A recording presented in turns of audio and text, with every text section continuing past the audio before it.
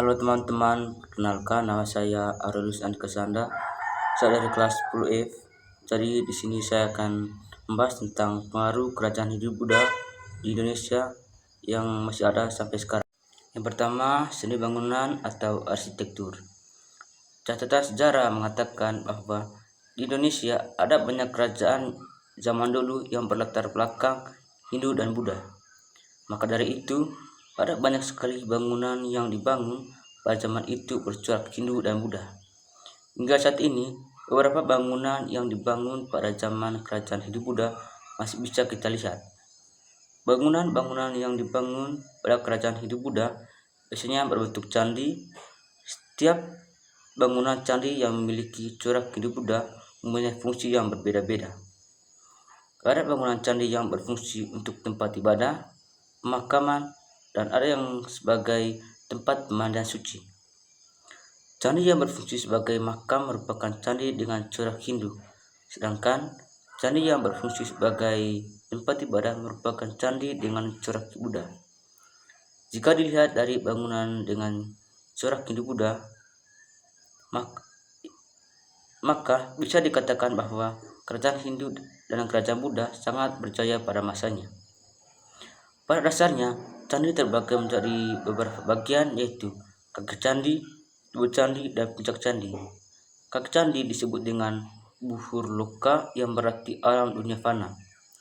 Tubuh candi disebut dengan buhur valoka yang berarti alam pembersihan jiwa, dan puncak candi disebut dengan svarloka yang berarti alam jiwa suci.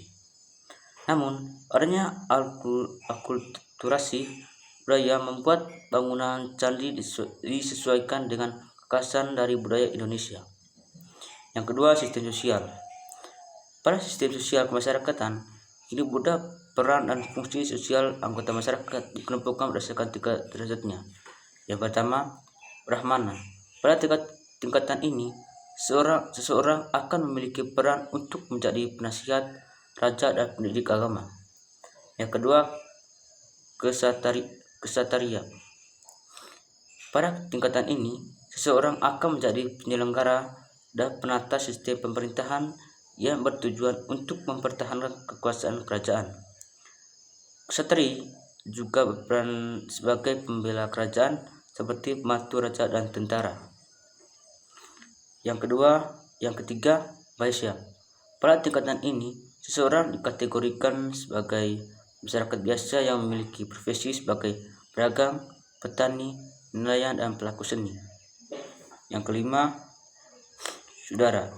Pada tingkatan ini, seseorang sudah dikategorikan sebagai masyarakat yang memiliki derajat yang paling rendah. Biasanya, seseorang yang mendapatkan tingkat Sudara seperti pekerjaan rendah, guru, budak, dan pembantu. Yang ketiga, sistem pemerintahan. Sebelum masuknya Hindu Buddha, masyarakat Indonesia menganut sistem pemerintahan berupa pemimpin suatu kelompok atau kepala suku. Pada sistem pemerintahan kepala suku, setiap pemimpin yang dipilih berdasarkan siapa yang paling berpengaruh pada kelompok tersebut. Namun, setelah masuknya Hindu Buddha, sistem pemerintahan kesukuan berubah menjadi sistem kerajaan.